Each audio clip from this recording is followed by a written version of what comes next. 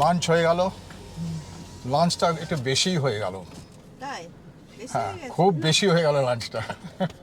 আমাদের ঠিক আছে, হ্যাঁ। এবার আমরা ঘুরতে যাচ্ছি, যাব এখান থেকে চন্দ্রভাগা আর কোনারক। এখান থেকে 35 কিলোমিটার দূরত্ব। রওনা দিচ্ছে গাড়ি। জয় জগন্নাথ।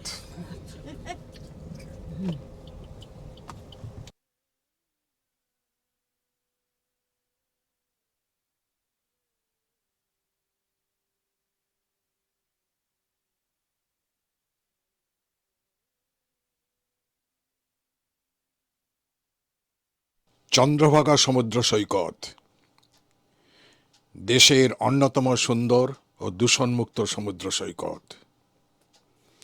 এখান থেকে সূর্যোদয় আর সূর্যাস্ত দুটোই সমানভাবে দেখা যায়।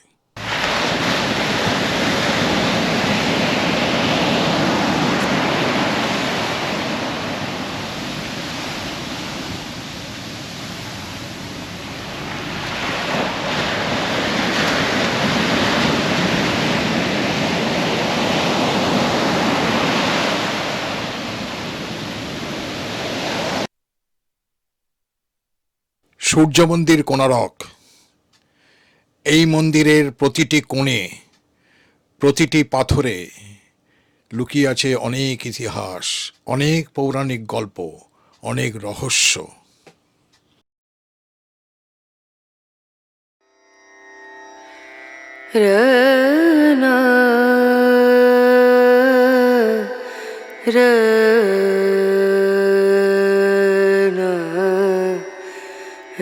যেমনটা আমরা বলছিলাম, মন্দির গড়ে ওঠার পেছনে দুটি মত আছে।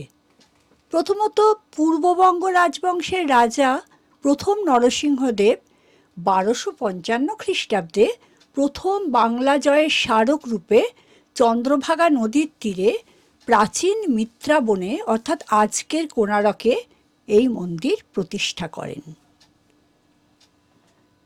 দ্বিতীয়ত, পুরাণ মতে শ্রীকৃষ্ণের পুত্র শাম্ব রূপে অত্যন্ত নয়ন ভোলানো ছিলেন, সব মহিলাদের নজর কাড়তেন। শাম্ব একদিন নারদের ডাকে সাড়া দিতে ভুলে গেলে নারদের মনে প্রতিশোধ পৃহা জাগে। একদিন কৃষ্ণ যখন গোপিনীদের সঙ্গে লীলায় ব্যস্ত, তখন নারদের মন্ত্রণায় শাম্ব সেখানে ঢুকে পড়ে। সেই সময় গোপিনীদের নজর তার উপর দিয়ে পড়ে। তখন কৃষ্ণ প্রচণ্ড রেগে গিয়ে তাকে অভিশাপ দানের প্রয়োজনে শাস্তি দেন যে তার রূপ হারিয়ে যাবে। তখন মনের দুঃখে কাঁদতে কাঁদতে সে কোণারকে সমুদ্র তীরে এসে সূর্যদেবকে কঠোর তপস্যায় মুগ্ধ করে নিজের হারানো রূপ ফিরে পেয়ে সমুদ্র তীরে এই মন্দির প্রতিষ্ঠা করেন।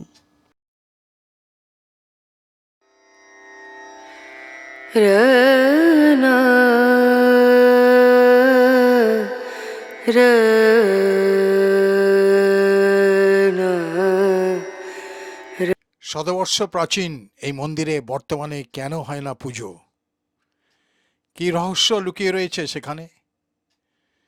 ব্রিটিশ ঐতিহাসিকদের একাংশের দাবি, সুপ্রাচীন এই মন্দিরের চূড়ায় ছিল 52 টন ওজনের একটি বিশাল চুম্বক, যা সমুদ্রে চলাচলকারী জাহাজকেও টেনে নিয়ে আসতে পারত।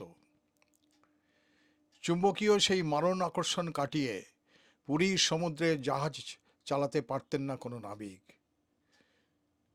অতিকায় জাহাজকে রীতিমতো পারে টেনে এনে ধ্বংস করার ক্ষমতা ছিল বিরাট ওজনের সেই চুম্বকের।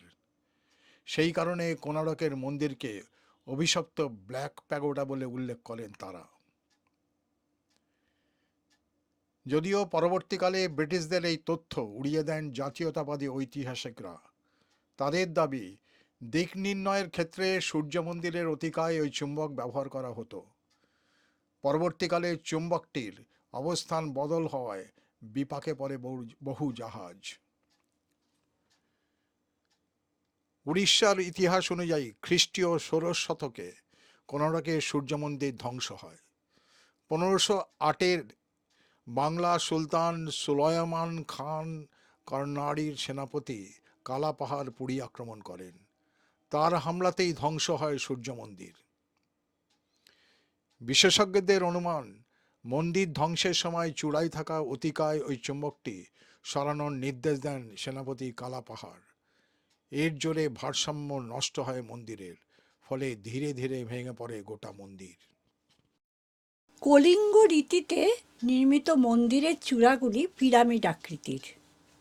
মন্দিরের সামনে রয়েছে নাটমণ্ডপ। এখানে একসময় দেবদাসীরা দেবতার উদ্দেশ্যে পূজা নৃত্য পরিবেশন করতেন।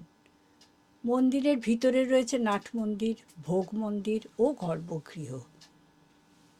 মন্দিরটির উচ্চতা প্রায় 857 ফুট, তবে মন্দিরের অনেক অংশ এখন বালিতে দেবে গেছে। মন্দিরের দেউল এখন 200 ফুট উঁচু।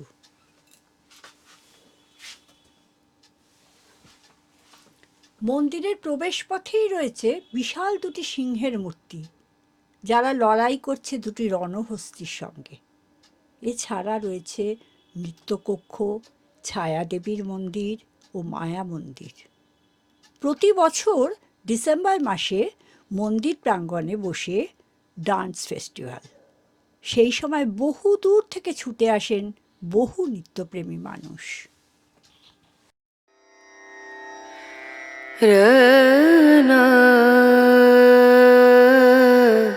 মন্দিরে সূর্য দেবতার যে বিশাল বিগ্রহ ছিল তা এখন নেই।